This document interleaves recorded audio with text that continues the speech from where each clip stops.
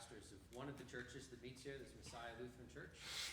That's what I serve at, and Rosalind Hills. And on behalf of both of the congregations and Roanoque Baroque, we welcome you. Glad that you are here tonight. I want to just introduce our wonderful director, Michael Shasberger, who's also an elder at our church. So Michael, please come.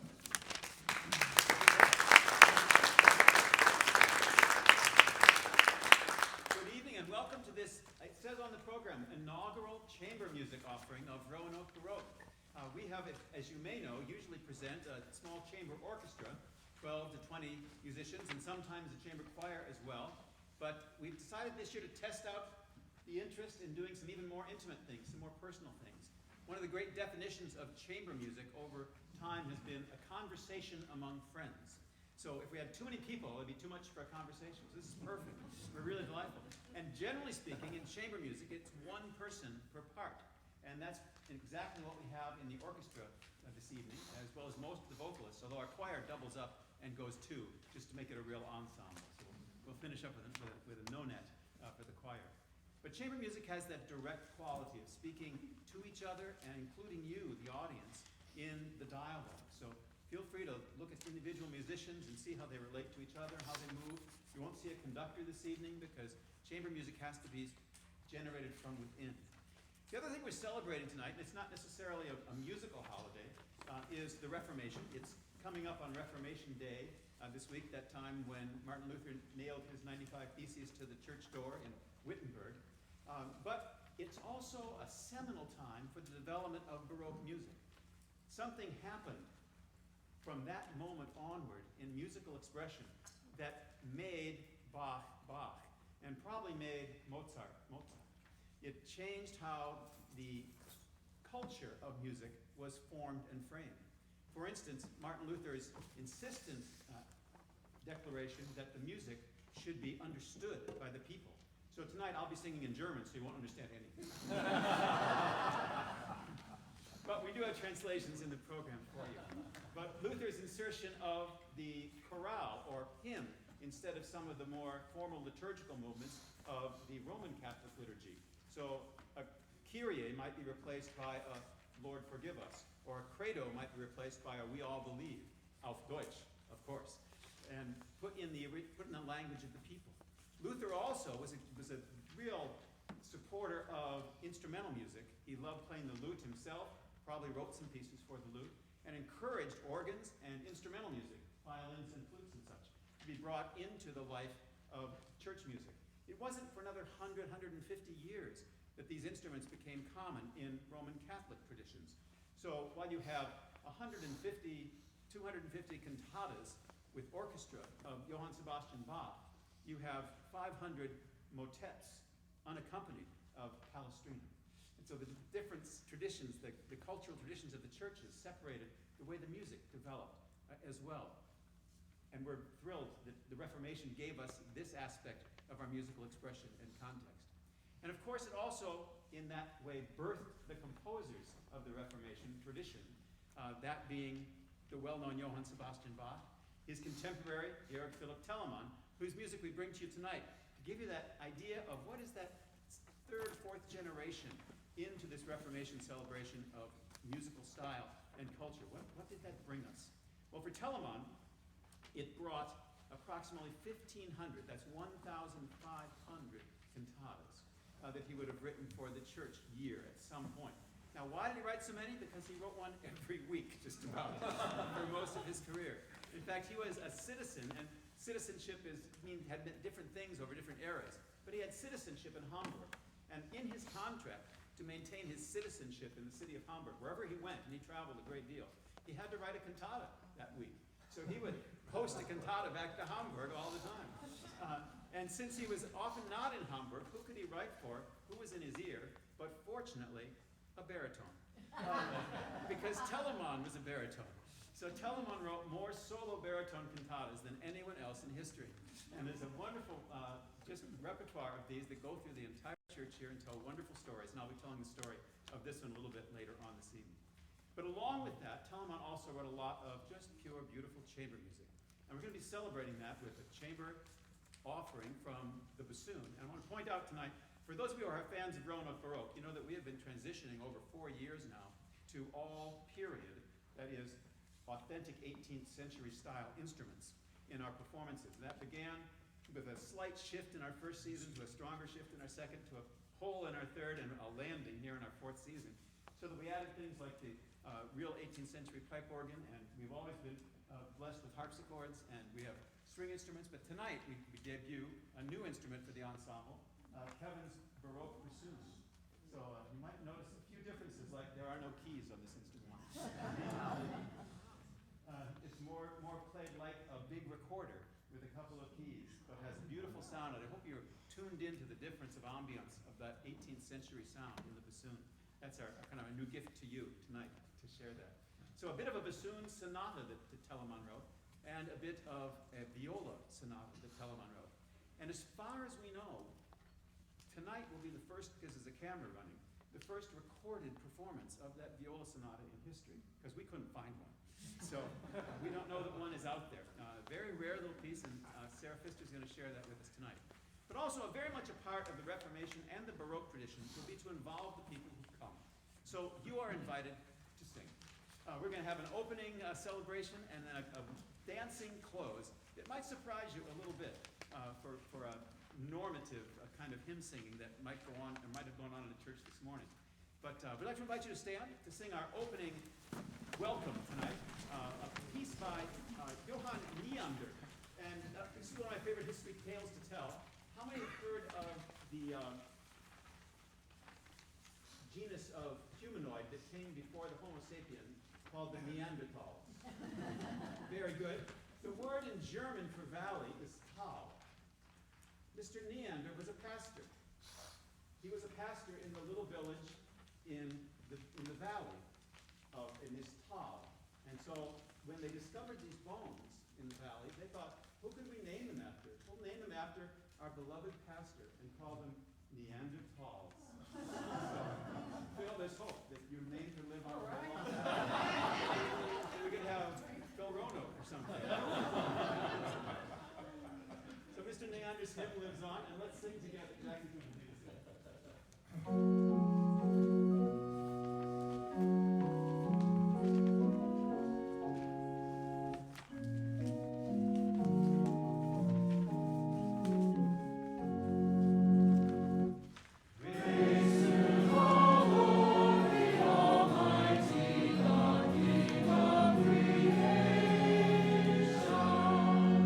Oh, my soul, praise Him, for He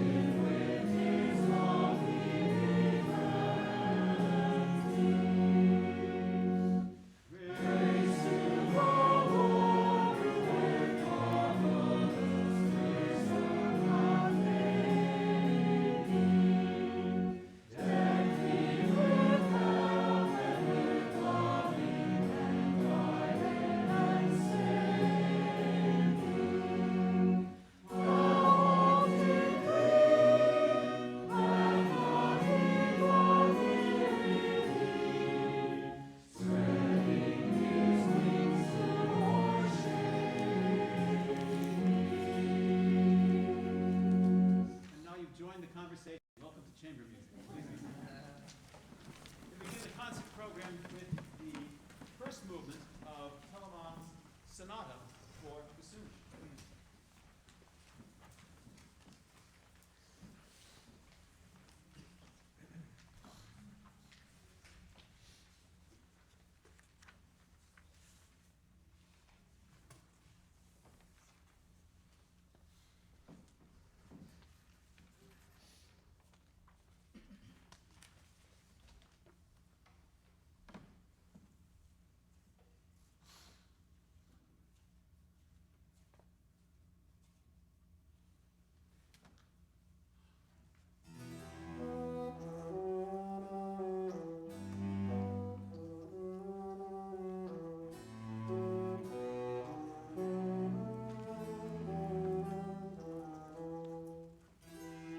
Let's try that again.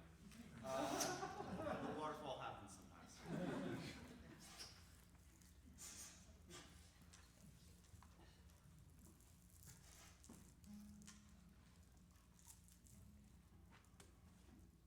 You can pray that it doesn't happen again.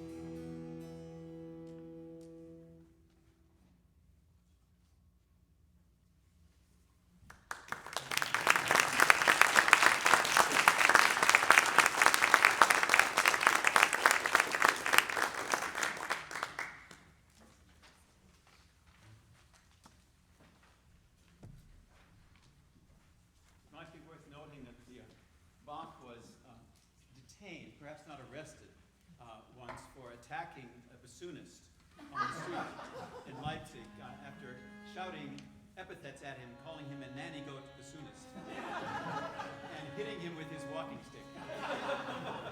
Perhaps he had water in his keys. A very interesting feature always to me is when one is commonly aware of numbering for composers' works as opus 1 or opus 2. But Baroque composers are rarely known by that because their works are so confusing and they're so numerous. You have opus 3,472 if you tried to opus number them. So what they do, you might notice the TWV numbers in the program. That stands for Telemann, auf Deutsch Werkeverzeichnis, or Telemann Works Volume, or publication. And you'll notice that the first one was TWV 41. So it's the 41st volume of Telemann's works in F, number 1. So for every key key, there would be a series of these. Now, our viola sonata is TWV 41, again, the 41st volume. So the 41st volume are Telemann's sonatas collected together. This is in the key of D, alternates number 1. So he probably wrote the same sonata for viola da gamba or violin, but said, I'd also love to hear it played by viola. So he had it scored separately for a violist. And that's how it kind of all sorts out over music history. Yeah.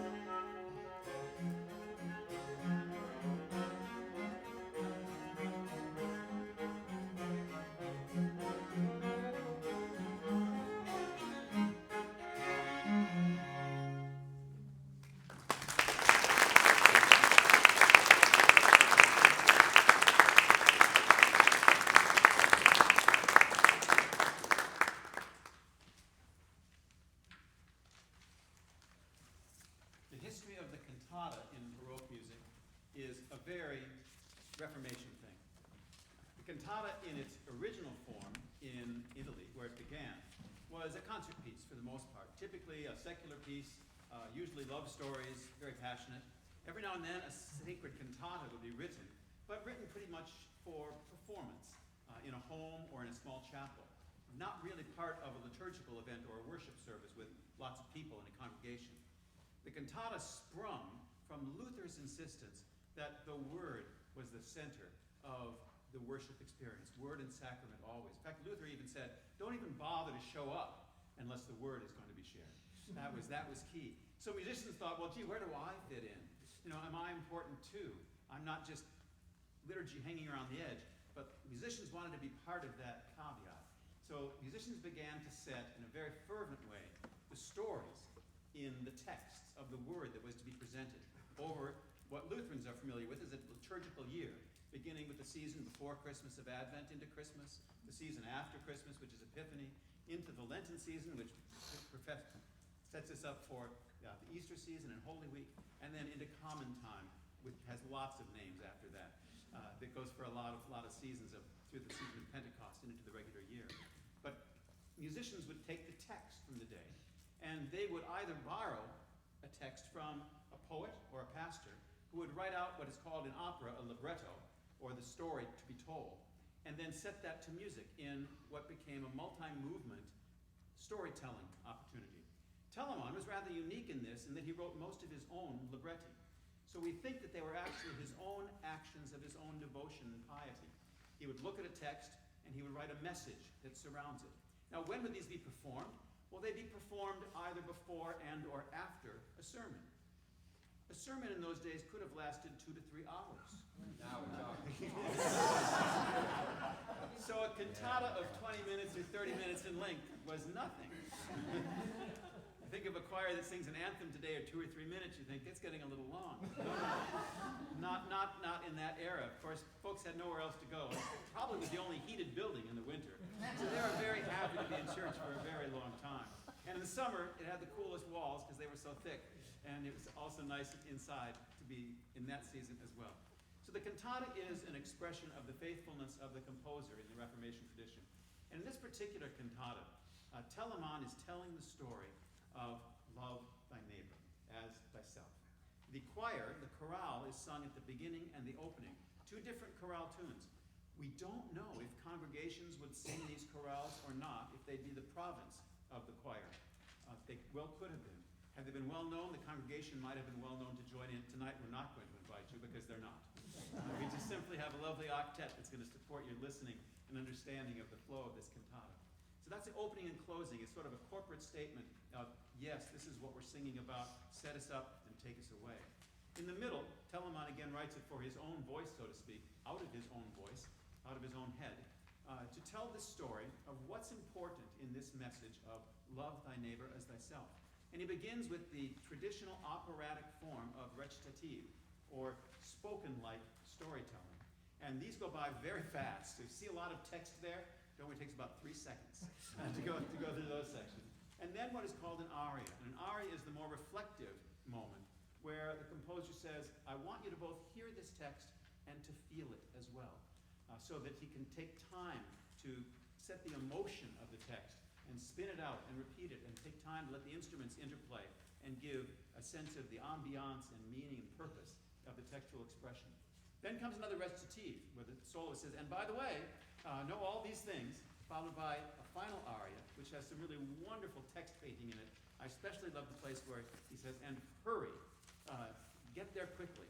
And you can hear the notes that hurry, very much so, along the way. And then the choir joins again for a wonderful, rounded out closing of the textual expression. And here Telemann wants you to hear this story from his heart and from his pen as a composer to come together. And this was all a great part of his personal expression of faith, as it was for Johann Sebastian Bach, who we know would write things like Soli Deo Gloria, or Jesus Juva at the bottom of his music, to God alone be the glory, or I only did this with the help of Jesus, on his scores when he shared those. Now, other side of the Reformation composers did the same thing. Vivaldi was well known also for writing his thanks for inspiration to God and to Mary. for his work. So composers have always had a strong statement of their own personal connection to the music that they wrote in these contexts. And it's wonderful to bring that alive and to share it in a real and present context. So we begin this evening with our opening chorale for the Cantata by Telemann.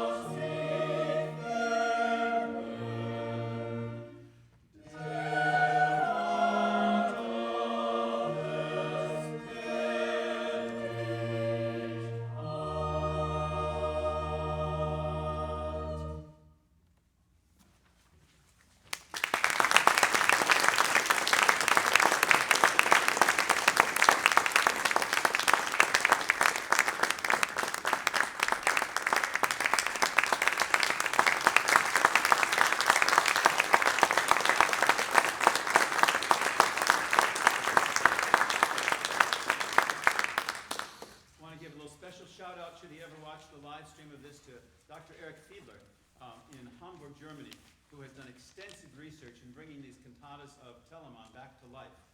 They were all stuffed away in little libraries and cellars and church corners and who knows where. And Dr. Fiedler has brought hundreds of them back into the repertoire and done beautiful new editions that are being pressed out even now, daily, in Germany. In fact, he sent us several over the course of the last couple of years that we could premiere them here in the U.S. So perhaps that's probably, pretty much undoubtedly, the first time that cantata has been heard outside of Germany in history. So welcome. Welcome to the in crowd. Now, it wouldn't be Reformation without a little sharing of a mighty fortress, Ein Festeburg, Luther's most famous hymn, and certainly set for this occasion in particular. But I don't think you've danced to it quite like this. So we're going to ask you to stand again to close our program this evening, and to dance along with the orchestra and choir. If you need to use the aisles to do that, that's perfectly all right. Luther's music was lively. A lot of it was taken from dances, from sharing in the taverns, from sharing on the green. And he brought the music of the world into the church and turned it into the church's music sometimes, and used those tools. And certainly that's what we have tonight. The orchestra is going to play completely through this once to get a really good feel for it. And the only thing I ask as you sing along is that you don't slow them down. Thank you again for coming tonight to this opening inaugural chamber music event. I do want to encourage you to join us in April. I think it's April 18th, just down 13th Street at West End United Methodist Church. We're going to be hosting a wonderful program called the Cello in the Diaspora, the spreading of cello music from Italy into the rest of Western Europe during the Baroque period, with special guest artists from the Baroque Orchestra of North Carolina. So they're coming up to present that program in our second chamber music item in our series this year. Hope you can join us, as well as for our Christmas program at First Evangelical Presbyterian Church, December 20 and 21, I believe. A wonderful celebration of the music of Locatelli. So we're calling it a very Locatelli Christmas. And I think you'll be delighted by that, as well as a sharing of Vivaldi's great setting of the Magnificat. So we launch our closing dance, if you will. Join us.